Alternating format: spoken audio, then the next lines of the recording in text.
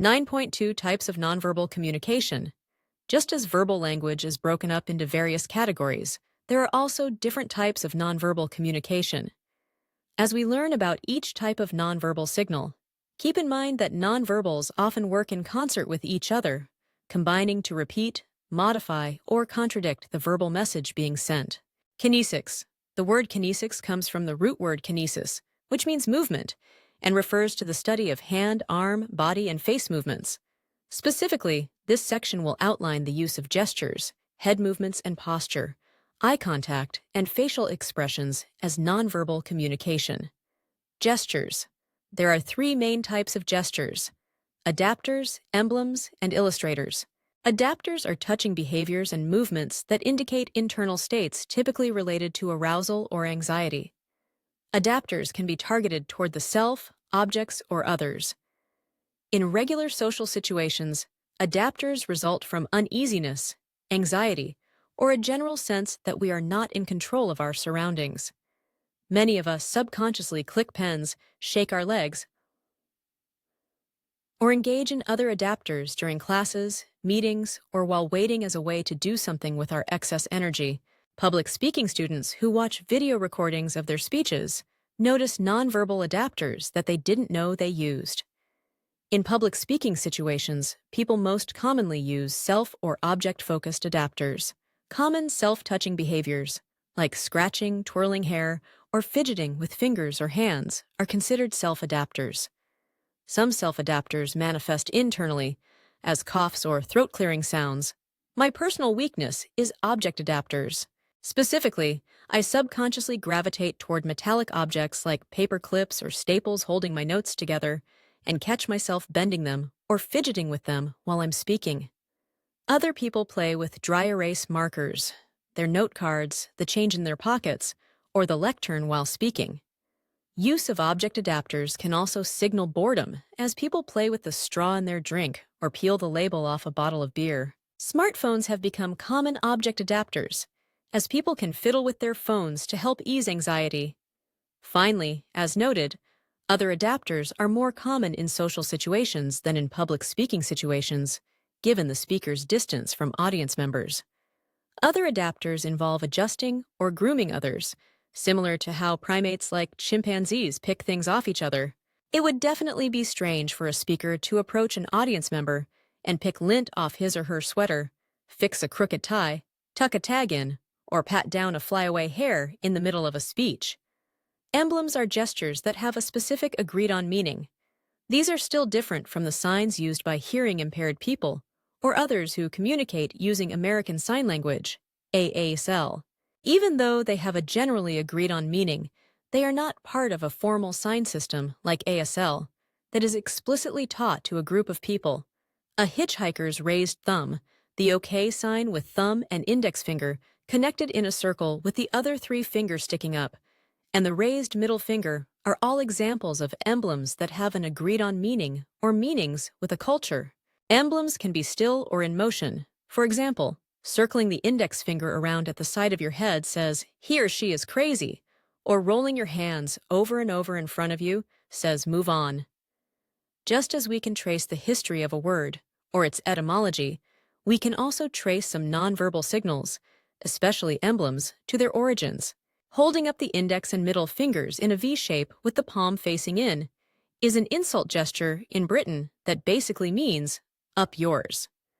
This gesture dates back centuries to the period in which the primary weapon of war was the bow and arrow. When archers were captured, their enemies would often cut off these two fingers, which was seen as the ultimate insult and worse than being executed, since the archer could no longer shoot his bow and arrow. So holding up the two fingers was a provoking gesture used by archers to show their enemies that they still had their shooting fingers. Illustrators are the most common type of gesture and are used to illustrate the verbal message they accompany. For example, you might use hand gestures to indicate the size or shape of an object. Unlike emblems, illustrators do not typically have meaning on their own and are used more subconsciously than emblems. These largely involuntary and seemingly natural gestures flow from us as we speak, but vary in terms of intensity and frequency based on context. Although we are never explicitly taught how to use illustrative gestures, we do it automatically. Think about how you still gesture when having an animated conversation on the phone, even though the other person can't see you. Head movements and posture. I group head movements and posture together because they are often both used to acknowledge others and communicate interest or attentiveness. In terms of head movements, a head nod is a universal sign of acknowledgement in cultures where the formal bow is no longer used as a greeting. In these cases, the head nod essentially serves as an abbreviated bow. An innate and universal head movement is the head shake back and forth to signal no. This nonverbal signal begins at birth.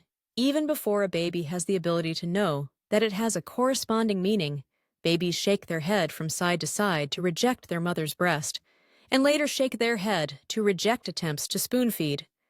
This biologically based movement then sticks with us to be a recognizable signal for no. We also move our head to indicate interest. For example, a head up typically indicates an engaged or neutral attitude. A head tilt indicates interest and is an innate submission gesture that exposes the neck and subconsciously makes people feel more trusting of us, and a head down signals a negative or aggressive attitude. There are 4 general human postures: standing, sitting, squatting, and lying down. Within each of these postures, there are many variations, and when combined with particular gestures or other nonverbal cues, they can express many different meanings. Most of our communication occurs while we are standing or sitting. One interesting standing posture involves putting our hands on our hips and is a nonverbal cue that we use subconsciously to make us look bigger and show assertiveness. When the elbows are pointed out, this prevents others from getting past us as easily and is a sign of attempted dominance or a gesture that says, "We're ready for action." In terms of sitting, leaning back shows informality and indifference. Straddling a chair is a sign of dominance, but also some insecurity because the person is protecting the vulnerable front part of his or her body, and leaning forward shows interest and attentiveness. Eye contact. We also communicate through eye behaviors, primarily eye contact. While eye behaviors are often studied under the category of kinesics, they have their own branch of nonverbal studies called oculesics, which comes from the Latin word oculus, meaning eye. The face and eyes are the main point of focus during communication, and along with our ears, our eyes take in most of the communicative information around us. The saying, "the eyes are the window to the soul," is actually accurate in terms of where people typically think others are located, which is right behind the eyes. Certain eye behaviors have become tied to personality traits or emotional states, as illustrated in phrases like hungry eyes, evil eyes, and bedroom eyes. To better understand oculesics, we will discuss the characteristics and functions of eye contact and pupil dilation. Eye contact serves several communicative functions, ranging from regulating interaction, to monitoring interaction, to conveying information, to establishing interpersonal connections. In terms of regulating communication, we use eye contact to signal to others that we are ready to speak, or we use it to cue others to speak. I'm sure we've all been in that awkward situation where a teacher asks a question, no one else offers a response, and he or she looks directly at us as if to say, "What do you think?" In that case, the teacher's eye contact is used to cue us to respond. During an interaction, eye contact also changes as we shift from speaker to listener. U.S. Americans typically shift eye contact while speaking, looking away from the listener and then looking back at his or her face every few seconds. Toward the end of our speaking turn, we make more direct eye contact with our listener to indicate that we are finishing up. While listening, we tend to make more sustained eye contact, not glancing away as regularly as we do while speaking. Aside from regulating conversations, eye contact is also used to monitor interaction by taking in feedback and other nonverbal cues, and to send information. Our eyes bring in the visual information we need to interpret people's movements, gestures, and eye contact. A speaker can use his or her eye contact to determine if an audience is engaged, confused, or bored, and then adapt his or her message accordingly. Our eyes also send information to others. People know not to interrupt when we are in deep thought, because we naturally look away from others when we are processing information. Making eye contact with others also communicates that we are paying it attention and are interested in what another person is saying. Eye contact is a key part of active listening. Eye contact can also be used to intimidate others.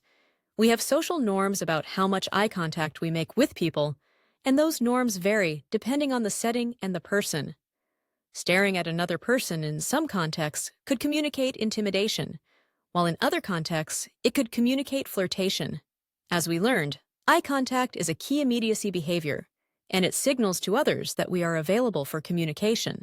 Once communication begins, if it does, eye contact helps establish rapport or connection. We can also use our eye contact to signal that we do not want to make a connection with others. For example, in a public setting like an airport or a gym, where people often make small talk, we can avoid making eye contact with others to indicate that we do not want to engage in small talk with strangers. Another person could use eye contact to try to coax you into speaking, though. For example, when one person continues to stare at another person who is not reciprocating eye contact, the person avoiding eye contact might eventually give in, become curious, or become irritated and say, "Can I help you with something?" As you can see, eye contact sends and receives important communicative messages that help us interpret others' behaviors, convey information about our thoughts and feelings, and facilitate or impede rapport or connection. This list reviews the specific functions of eye contact. 1. Regulate interaction and provide turn-taking signals. 2. Monitor communication by receiving nonverbal communication from others. 3. Signal cognitive activity. We look away when processing information. 4. Express engagement. We show people we are listening with our eyes. 5. Convey intimidation. 6. Express flirtation. 7. Establish rapport or connection. Pupil dilation is a subtle component of oculesics that doesn't get as much scholarly attention in communication as eye contact does. Pupil dilation refers to the expansion and contraction of the black part of the center of our eyes and is considered a biometric form of measurement. It is involuntary and therefore seen as a valid and reliable form of data collection, as opposed to self-reports on surveys or interviews that can be biased or misleading. Our pupils dilate when there is a lack of lighting and contract when light is plentiful. Pain, sexual attraction, general arousal, anxiety, stress, and information processing, thinking, also affect pupil dilation. Researchers measure pupil dilation for a number of reasons. For example, advertisers use pupil dilation as an indicator of consumer preferences, assuming that more dilation indicates arousal and attraction to a product. We don't consciously read others' pupil dilation in our everyday interactions, but experimental research has shown that we subconsciously perceive pupil dilation, which affects our impressions and communication. In general, dilated pupils increase a person's attractiveness. Even though we may not be aware of this subtle nonverbal signal, we have social norms and practices that may be subconsciously based on pupil dilation. Take, for example, the notion of mood lighting and the common practice of creating a romantic ambiance with candlelight or the light from a fireplace. Softer and more indirect light leads to pupil dilation, and although we intentionally manipulate lighting to create a romantic ambience, not to dilate our pupils, the dilated pupils are still subconsciously perceived, which increases perceptions of attraction. Facial expressions. Our faces are the most expressive part of our bodies. Think of how photos are often intended to capture a particular expression in a flash to preserve for later viewing. Even though a photo is a snapshot in time, we can still interpret much meaning from a human face caught in a moment of expression, and basic facial expressions are recognizable by humans all over the world. Much research has supported the universality of a core group of facial expressions: happiness, sadness, fear, anger, and disgust. The first four are especially identifiable across cultures. However, the triggers for these expressions and the cultural and social norms that influence their displays are still culturally diverse. If you've spent much time with babies, you know that they're capable of expressing all these emotions. Getting to see the pure and innate expressions of joy and surprise on a baby's face is what makes playing peekaboo so entertaining for adults. As we get older, we learn and begin to follow display rules for facial expressions and other signals of emotion, and also learn to better control our emotional expression based on the norms of our culture.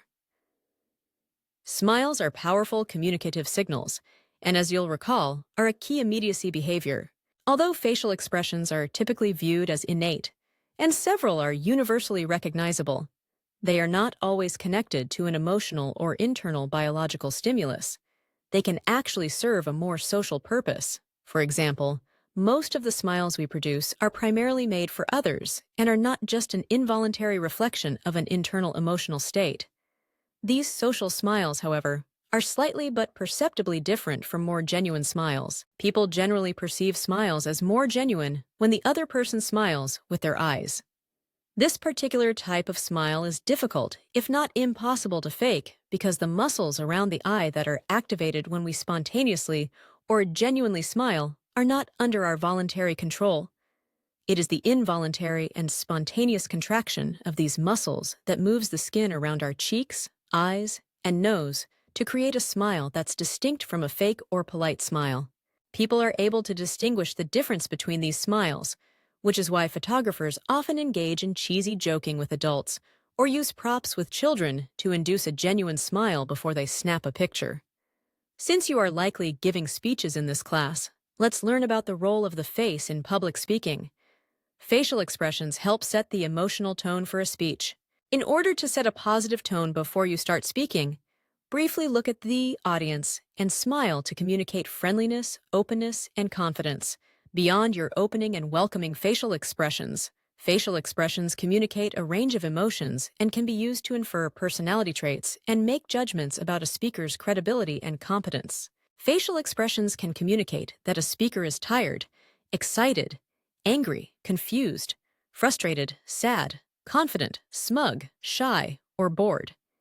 Even if you aren't bored, for example, a slack face with little animation may lead an audience to think that you are bored with your own speech, which isn't likely to motivate them to be interested.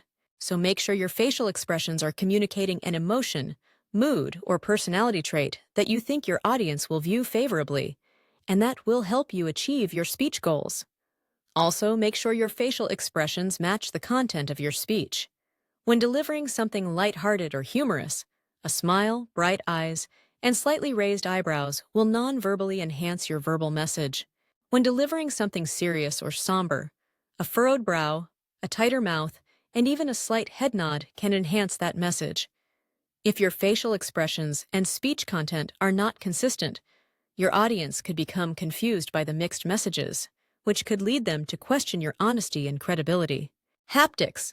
Think of how touch has the power to comfort someone in moment of sorrow when words alone cannot.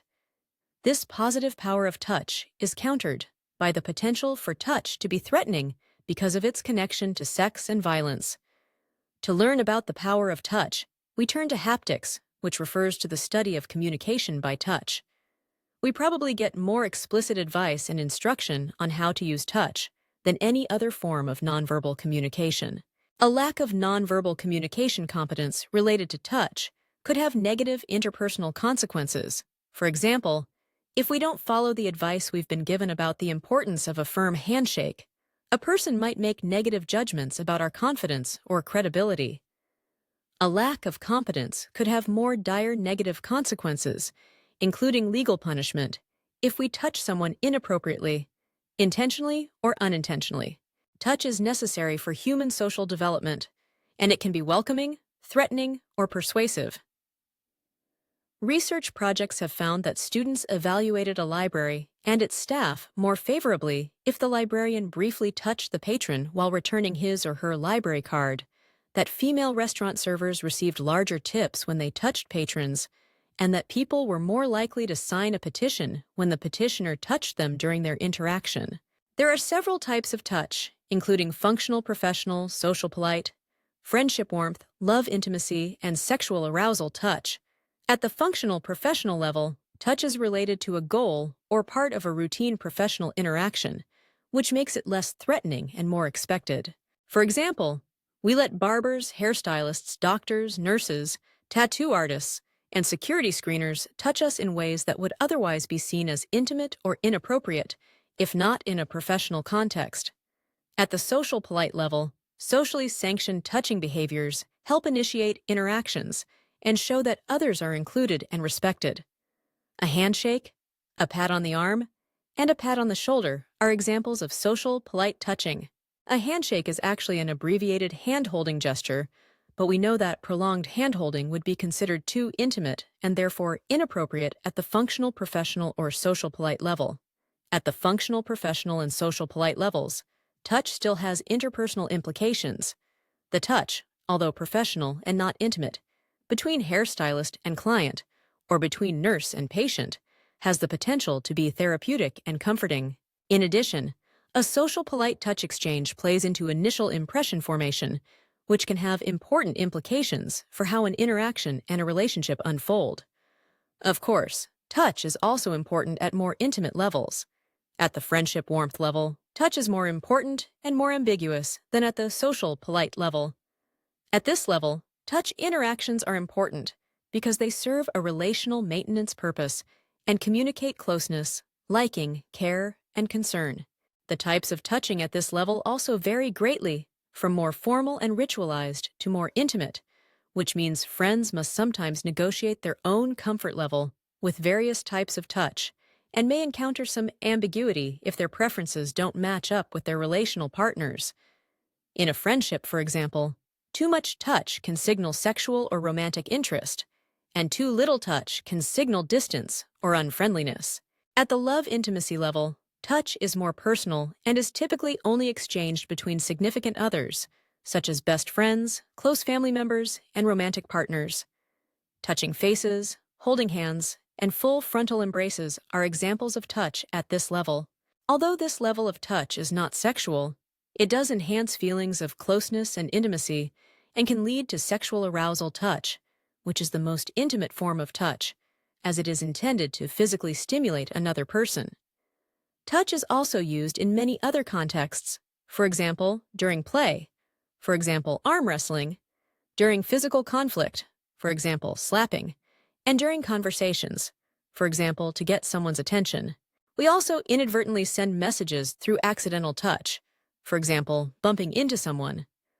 One of my interpersonal communication professors admitted that she enjoyed going to restaurants to observe first date behavior and boasted that she could predict whether or not there was going to be a second date based on the couple's nonverbal communication. What sort of touching behaviors would indicate a good or bad first date? During a first date or less formal initial interactions, quick fleeting touches give an indication of interest. For example, a pat on the back is an abbreviated hug. In general, the presence or absence of touching cues us into people's emotions. So as the daters sit across from each other, one person may lightly tap the other's arm after he or she said something funny. If the daters are sitting side by side, one person may cross his or her legs and lean toward the other person so that each person's knees or feet occasionally touch.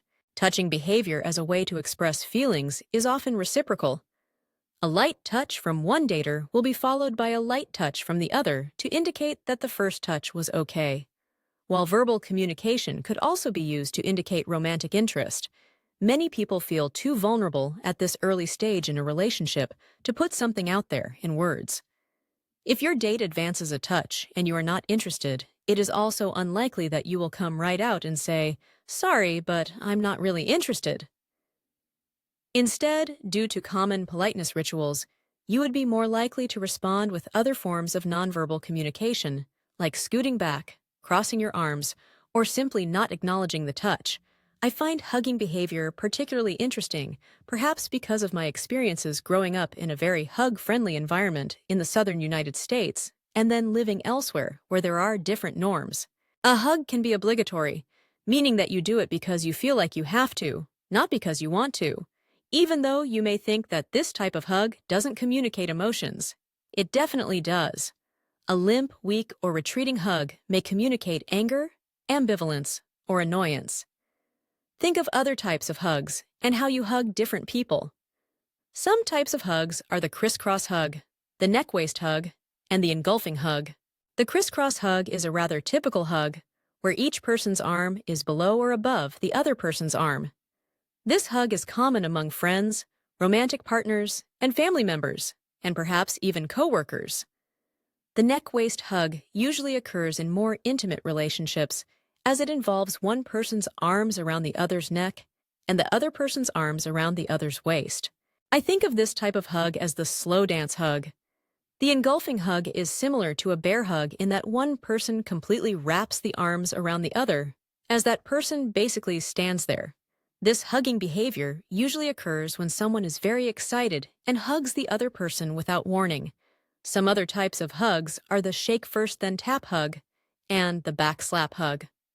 I observe that these hugs are most often between men.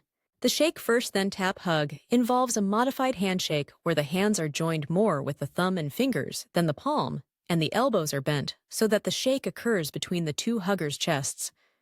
The hug comes after the shake has been initiated, with one arm going around the other person for usually just one tap, then a step back and release of the handshake.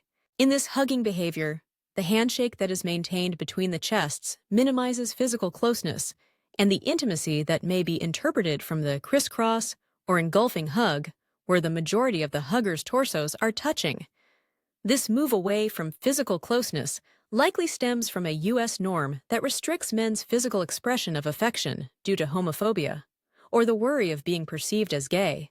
The slap hug is also a less physically intimate hug, and involves a hug with one or both people slapping the other person's back repeatedly, often while talking to each other. I've seen this type of hug go on for many seconds, and with varying degrees of force involved in the slap. When the slap is more of a tap, it is actually an indication that one person wants to let go. The video footage of then-President Bill Clinton hugging Monica Lewinsky that emerged as allegations that they had an affair were being investigated shows her holding on while he was tapping from the beginning of the hug. Vocalics. We learned earlier that paralanguage refers to the vocalized but nonverbal parts of a message. Vocalics is the study of paralanguage, which includes the vocal qualities that go along with verbal messages, such as pitch, volume, rate, vocal quality, and verbal fillers. Pitch helps convey meaning, regulate conversational flow, and communicate the intensity of a message. Even babies recognize a sentence with a higher-pitched ending as a question. We also learned that greetings have a rising emphasis and farewells have falling emphasis. Of course, no one ever tells us these things explicitly. We learn them through observation and practice.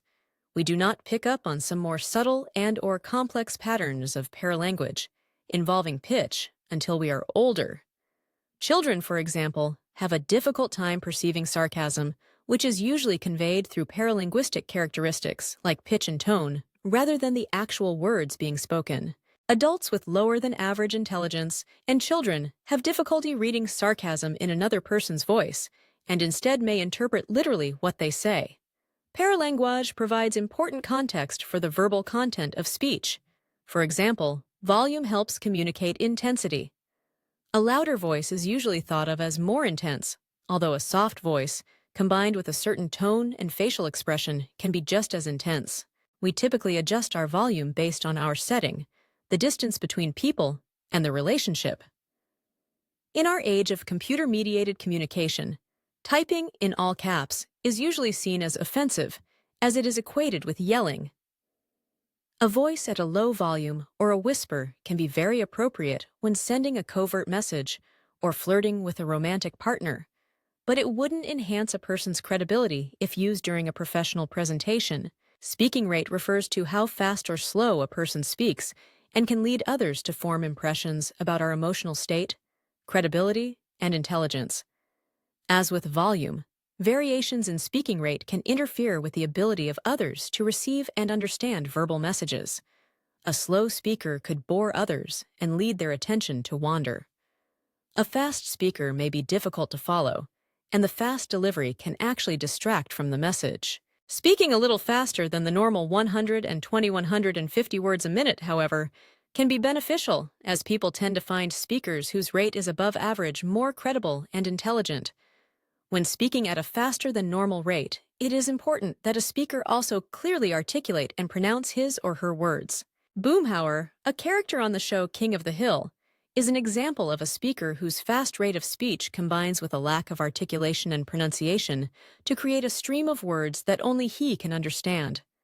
A higher rate of speech combined with a pleasant tone of voice can also be beneficial for compliance gaining and can aid in persuasion. Our tone of voice can be controlled somewhat with pitch, volume, and emphasis, but each voice has a distinct quality known as a vocal signature. Voices vary in terms of resonance, pitch, and tone, and some voices are more pleasing than others. People typically find pleasing voices that employ vocal variety and are not monotone, are lower pitched, particularly for males, and do not exhibit particular regional accents. Many people perceive nasal voices negatively and assign negative personality characteristics to them. Think about people who have very distinct voices. Whether they are a public figure like President Bill Clinton, a celebrity like Snooki from the Jersey Shore, or a fictional character like Peter Griffin from Family Guy, some people's voices stick with us and make a favorable or unfavorable impression. Verbal fillers are sounds that fill gaps in our speech as we think about what to say next. They are considered a part of nonverbal communication because they are not like typical words that stand in for a specific meaning or meanings. Verbal fillers such as like, and are common in regular conversation and are not typically disruptive. As we learned earlier, the use of verbal fillers can help a person keep the floor during a conversation if they need to pause for a moment to think before continuing on with verbal communication. Verbal fillers in more formal settings, like a public speech, can hurt a speaker's credibility. The following is a review of the various communicative functions of vocalics. Repetition. Vocalic cues reinforce other verbal and nonverbal cues. For example, saying "I'm not sure" with an uncertain tone. Complementing. Vocalic cues elaborate on or modify verbal and nonverbal meaning. For example, the pitch and volume used to say "I love sweet potatoes" would add context to the meaning of the sentence, such as the degree to which the person loves sweet potatoes or the use of sarcasm. Accenting. Vocalic cues allow us to emphasize particular parts of a message, which helps determine meaning. For example, "She is my friend," or "She is my friend," or "She is my friend." So, substituting. Vocalic cues can take the place of other verbal or nonverbal cues. Banai saying instead of "I am listening and understand what you're saying." 1. Regulating. Vocalic cues help regulate the flow of conversations. For example, falling pitch and slowing rate of speaking usually indicate the end of a speaking turn. Contradicting. Vocalic cues may contradict other verbal or nonverbal signals. For example, a person could say "I'm fine" in a quick short tone that indicates otherwise. Proxemics. Proxemics refers to the study of how space and distance influence communication. We only need look at the ways in which space shows up in common metaphors to see that space, communication, and relationships are closely related. For example, when we are content with and attracted to someone, we say we are close to him or her. When we lose connection with someone, we may say he or she is distant. In general, space influences how people communicate and behave. Smaller spaces with a higher density of people often lead to breaches of our personal space bubbles. If this is a setting in which this type of density is expected beforehand, like at a crowded concert or on a train during rush hour, then we make various communicative adjustments to manage the space issue. Unexpected breaches of personal space can lead to negative reactions, especially if we feel someone has violated our space voluntarily, meaning that a crowding situation didn't force them into our space. Additionally, research has shown that crowding can lead to criminal or delinquent behavior, known as a mob mentality. To better understand how proxemics functions in nonverbal communication, we will more closely examine the proxemic distances associated with personal space and the concept of territoriality. Proxemic distances. We all have varying definitions of what our personal space is, and these definitions are contextual and depend on the situation and the relationship. Although our bubbles are invisible, people are socialized into the norms of personal space within their cultural group. Scholars have identified 4 zones for U.S. Americans, which are public, social, personal, and intimate distance. The zones are more elliptical than circular, taking up more space in our front, where our line of sight is, than at our side or back, where we can't monitor what people are doing. You can see how these zones relate to each other and to the individual in Figure 9.6, Proxemic Zones of Personal Space. Even within a particular zone, interactions may differ depending on whether someone is in the outer or inner part of the zone. Public space, 12 feet or more. Public and social zones refer to the space 4 or more feet away from our body, and the communication that typically occurs in these zones is formal and not intimate. Public space starts about 12 feet from a person and extends out from there.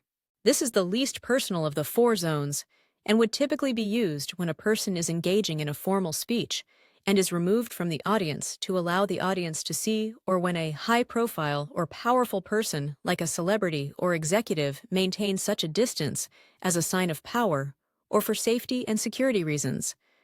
In terms of regular interaction, we are often not obligated or expected to acknowledge or interact with people who enter our public zone.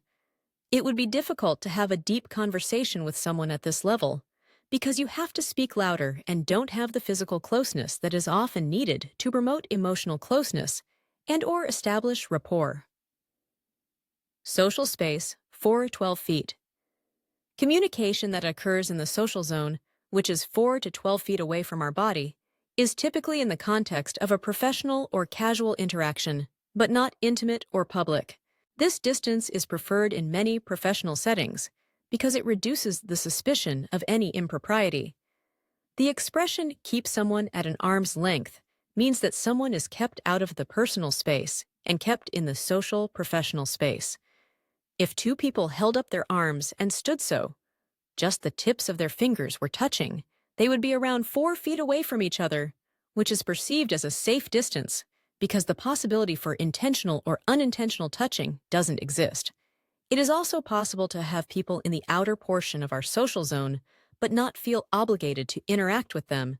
But when people come much closer than 6 feet to us, then we often feel obligated to at least acknowledge their presence.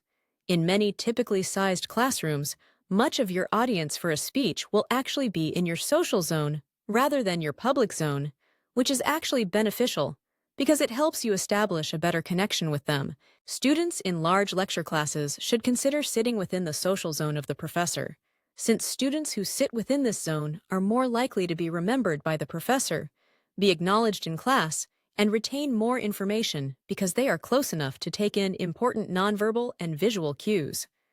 Students who talk to me after class typically stand about 4 to 5 feet away when they speak to me, which keeps them in the outer part of the social zone, typical for professional interactions. When students have more personal information to discuss, they will come closer, which brings them into the inner part of the social zone.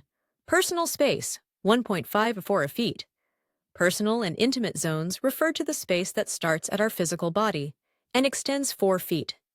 These zones are reserved for friends, close acquaintances, and significant others. Much of our communication occurs in the personal zone, which is what we typically think of as our personal space bubble, and extends from 1.5 feet to 4 feet away from our body. Even though we are getting closer to the physical body of another person, we may use verbal communication at this point to signal that our presence in this zone is friendly and not intimate. Even people who know each other could be uncomfortable spending too much time in this zone, unnecessarily. This zone is broken up into 2 subzones, which helps us negotiate close interactions with people we may not be close to interpersonally. The outer personal zone extends from 2.5 feet to 4 feet and is useful for conversations that need to be private, but that occur between people who are not interpersonally close. This zone allows for relatively intimate communication, but doesn't convey the intimacy that a closer distance would, which can be beneficial in professional settings. The interpersonal zone extends from 1.5 feet to 2.5 feet and is a space reserved for communication with people we are interpersonally close to or trying to get to know. In this subzone, we can easily touch the other person as we talk to them, briefly placing a hand on his or her arm, or engaging in other light social touching that facilitates conversation, self-disclosure, and feelings of closeness. Intimate space. As we breach the invisible line that is 1.5 feet from our body, we enter the intimate zone, which is reserved for only the closest friends, family, and romantic intimate partners. It is impossible to completely ignore people when they are in this space, even if we are trying to pretend that we're ignoring them. A breach of this space can be comforting in some contexts and annoying or frightening in others. We need regular human contact that isn't just verbal but also physical. We have already discussed the importance of touch in nonverbal communication, and in order for that much-needed touch to occur, people have to enter our intimate space. Being close to someone and feeling their physical presence can be very comforting when words fail. There are also social norms regarding the amount of this type of closeness that can be displayed in public, as some people get uncomfortable even seeing others interacting in the intimate zone.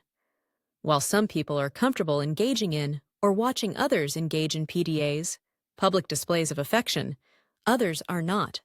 So what happens when our space is violated? Although these zones are well established in research for personal space preferences of U.S. Americans, individuals vary in terms of their reactions to people entering certain zones, and determining what constitutes a violation of space is subjective and contextual. For example, another person's presence in our social or public zones doesn't typically arouse suspicion or negative physical or communicative reactions, but it could in some situations or with certain people. However, many situations lead to our personal and intimate space being breached by others against our will, and these breaches are more likely to be upsetting, even when they are expected. We've all had to get into a crowded elevator or wait in a long line. In such situations, we may rely on some verbal communication to reduce immediacy and indicate that we are not interested in closeness and are aware that a breach has occurred. People make comments about the crowd saying, "We're really packed in here like sardines," or use humor to indicate that they are pleasant and well-adjusted and uncomfortable with the breach like any normal person would be. Interestingly, as we will learn in our discussion of territoriality, we do not often use verbal communication to defend our personal space during regular interactions. Instead, we rely on more nonverbal communication like moving, crossing our arms, or avoiding eye contact to deal with breaches of space. Territoriality. Territoriality is an innate drive to take up and defend spaces. This drive is shared by many creatures and entities, ranging from packs of animals to individual humans to nations, whether it's a gang territory, a neighborhood claimed by a particular salesperson, your preferred place to sit in a restaurant, your usual desk in the classroom, or the seat you've marked to save while getting concessions at a sporting event. We claim certain spaces as our own. There are three main divisions for territory: primary, secondary, and public. Sometimes our claim to a space is official. These spaces are known as our primary territories because they are marked or understood to be exclusively ours and under our control. A person's house, yard, room, desk, side of the bed, or shelf in the medicine cabinet could be considered primary territories. Secondary territories don't belong to us and aren't exclusively under our control, but they are associated with us, which may lead us to assume that the space will be open and available to us when we need it, without us taking any further steps to reserve it. This happens in classrooms regularly. Students often sit in the same desk, or at least same general area, as they did on the first day of class. There may be some small adjustments during the first couple of weeks, but by a month into the semester, I don't notice students moving much voluntarily. When someone else takes a student's regular desk, she or he is typically annoyed. I do classroom observations for the graduate teaching assistants I supervise, which means I come into the classroom toward the middle of the semester and take a seat in the back to evaluate the class session. Although I don't intend to take someone's seat, on more than one occasion, I've been met by the confused or even glaring eyes of a student whose routine is suddenly interrupted when they see me sitting in their seat. Public territories are open to all people. People are allowed to mark public territory and use it for a limited period of time. But space is often up for grabs, which makes public space difficult to manage for some people and can lead to conflict. To avoid this type of situation, people use a variety of objects that are typically recognized by others as nonverbal cues that mark a place as temporarily reserved. For example, jackets, bags, papers, or a drink. There is some ambiguity in the use of markers, though. A half-empty cup of coffee may be seen as trash and thrown away, which would be an annoying surprise to a person who left it to mark his or her table while visiting the restroom. One scholar's informal observations revealed that a full drink sitting on a table could reserve a space in a university cafeteria for more than an hour, but a cup only half full usually only worked as a marker of territory for less than 10 minutes. People have to decide how much value they want their marker to have. Obviously, leaving a laptop on a table indicates that the table is occupied, but it could also lead to the laptop getting stolen. A pencil, on the other hand, could just be moved out of the way and the space usurped. Chronemics. Chronemics refers to the study of how time affects communication. Time can be classified into several different categories, including biological, personal, physical, and cultural time. Biological time refers to the rhythms of living things. Humans follow a circadian rhythm, meaning that we are on a daily cycle that influences when we eat, sleep, and wake. When our natural rhythms are disturbed by all-nighters, jet lag, or other scheduling abnormalities, our physical and mental health and our communication competence and personal relationships can suffer. Keep biological time in mind as you communicate with others.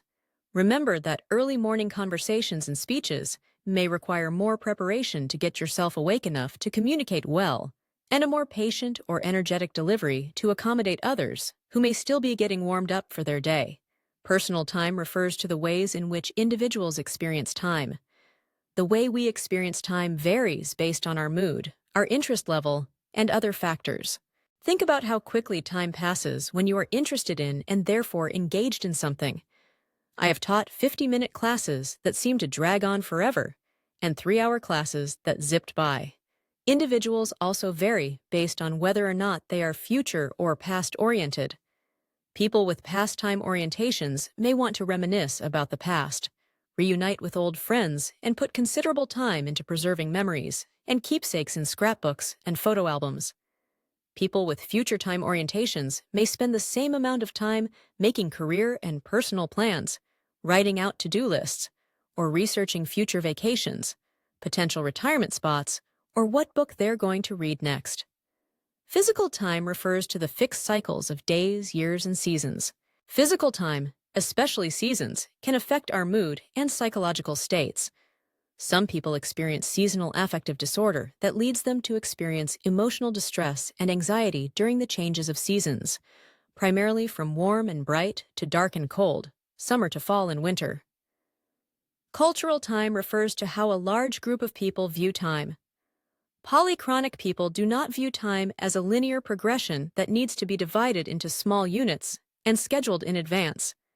Polychronic people keep more flexible schedules and may engage in several activities at once. Monochronic people tend to schedule their time more rigidly and do one thing at a time. A polychronic or monochronic orientation to time influences our social realities and how we interact with others. Additionally, the way we use time depends in some ways on our status.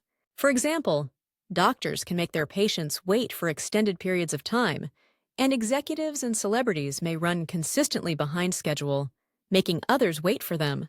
Promptness and the amount of time that is socially acceptable for lateness and waiting varies among individuals and contexts. Chronemics also covers the amount of time we spend talking.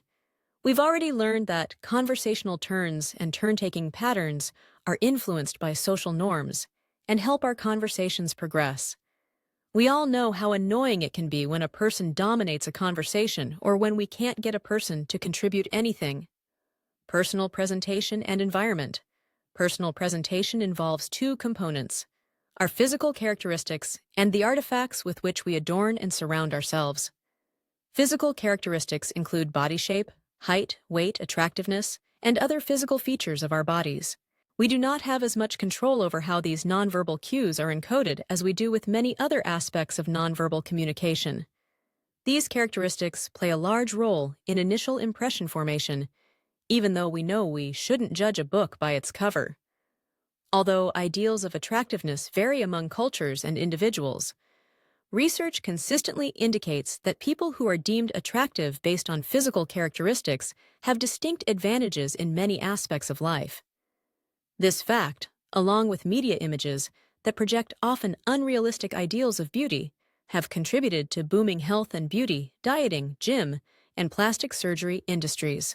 While there have been some controversial reality shows that seek to transform people's physical characteristics, like Extreme Makeover, The Swan, and The Biggest Loser, the relative ease with which we can change the artifacts that send nonverbal cues about us has led to many more style and space makeover shows. Have you ever tried to consciously change your look?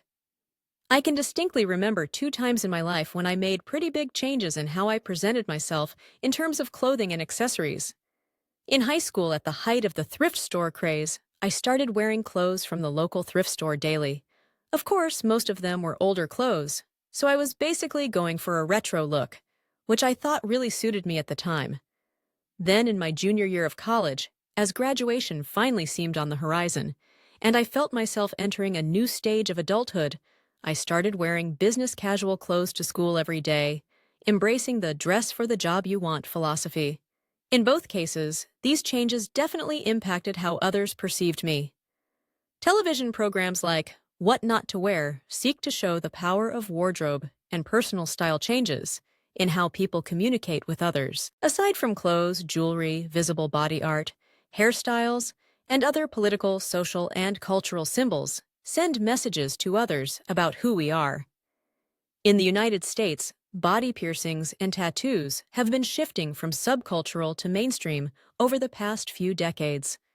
The physical location, size, and number of tattoos and piercings play a large role in whether or not they are deemed appropriate for professional contexts, and many people with tattoos and/or piercings make conscious choices about when and where they display their body art. Hair also sends messages, whether it is on our heads or our bodies.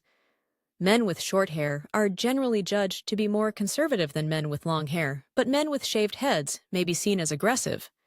Whether a person has a part in their hair, a mohawk, faux hawk, ponytail, curls, or bright pink hair also sends nonverbal signals to others.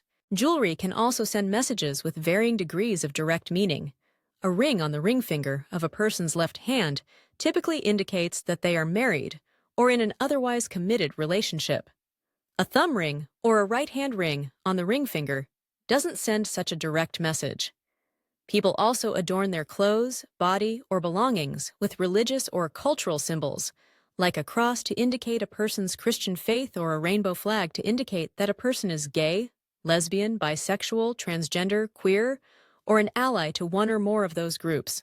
People now wear various types of rubber bracelets, which have become a popular form of social cause marketing, to indicate that they identify with the Livestrong movement or support breast cancer awareness and research. This is included because we can often manipulate the nonverbal environment, similar to how we would manipulate our gestures or tone of voice to suit our communicative needs. The books that we display on our coffee table, the magazines a doctor keeps in his or her waiting room, the placement of fresh flowers in a foyer, or a piece of mint chocolate on a hotel bed pillow, all send particular messages and can easily be changed. The placement of objects and furniture in a physical space can help create a formal, distant, friendly, or intimate climate. In terms of formality, we can use nonverbal communication to convey dominance and status, which helps define and negotiate power and roles within relationships. Fancy cars and expensive watches can serve as symbols that distinguish a CEO from an entry-level employee. A room with soft lighting, a small fountain that creates ambient sounds of water flowing, and a comfy chair can help facilitate interactions between a therapist and a patient. In summary, whether we know it or not, our physical characteristics and the artifacts that surround us communicate much. Avatars. Avatars are computer-generated images that represent users in online environments or are created to interact with users in online and offline situations. Avatars can be created in the likeness of humans, animals, aliens, or other non-human creatures. Avatars vary in terms of functionality and technical sophistication, and can include stationary pictures like buddy icons, cartoonish but human-like animations like a Me character on the Wii, or very human-like animations designed to teach or assist people in virtual environments. More recently, 3D holographic avatars have been put to work helping travelers at airports in Paris and New York. Research has shown, though, that human-like avatars influence people even when they are not sophisticated in terms of functionality and adaptability. Avatars are especially motivating and influential when they are similar to the observer or user, but more closely represent the person's ideal self. Appearance has been noted as one of the most important attributes of an avatar designed to influence or motivate. Attractiveness, coolness, in terms of clothing and hairstyle, and age were shown to be factors that increase or decrease the influence an avatar has over users. People also create their own avatars as self-representations in a variety of online environments, ranging from online role-playing games like World of Warcraft and Second Life to some online learning management systems used by colleges and universities. Research shows that the line between reality and virtual reality can become blurry when it comes to avatar design and identification.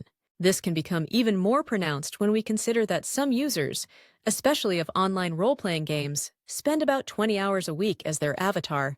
Avatars do more than represent people in online worlds. They also affect their behaviors offline. For example, one study found that people who watched an avatar that looked like them exercising and losing weight in an online environment exercised more and ate healthier in the real world. Seeing an older version of them online led participants to form a more concrete social and psychological connection with their future selves, which led them to invest more money in a retirement account. People's actions online also mirror the expectations for certain physical characteristics, even when the user doesn't exhibit those characteristics and didn't get to choose them for his or her avatar. For example, experimental research showed that people using more attractive avatars were more extroverted and friendly than those with less attractive avatars, which is also a nonverbal communication pattern that exists among real people. In summary, people have the ability to self-select physical characteristics and personal presentation for their avatars in a way that they can't in their real life. People come to see their avatars as part of themselves, which opens the possibility for avatars to affect users' online and offline communication,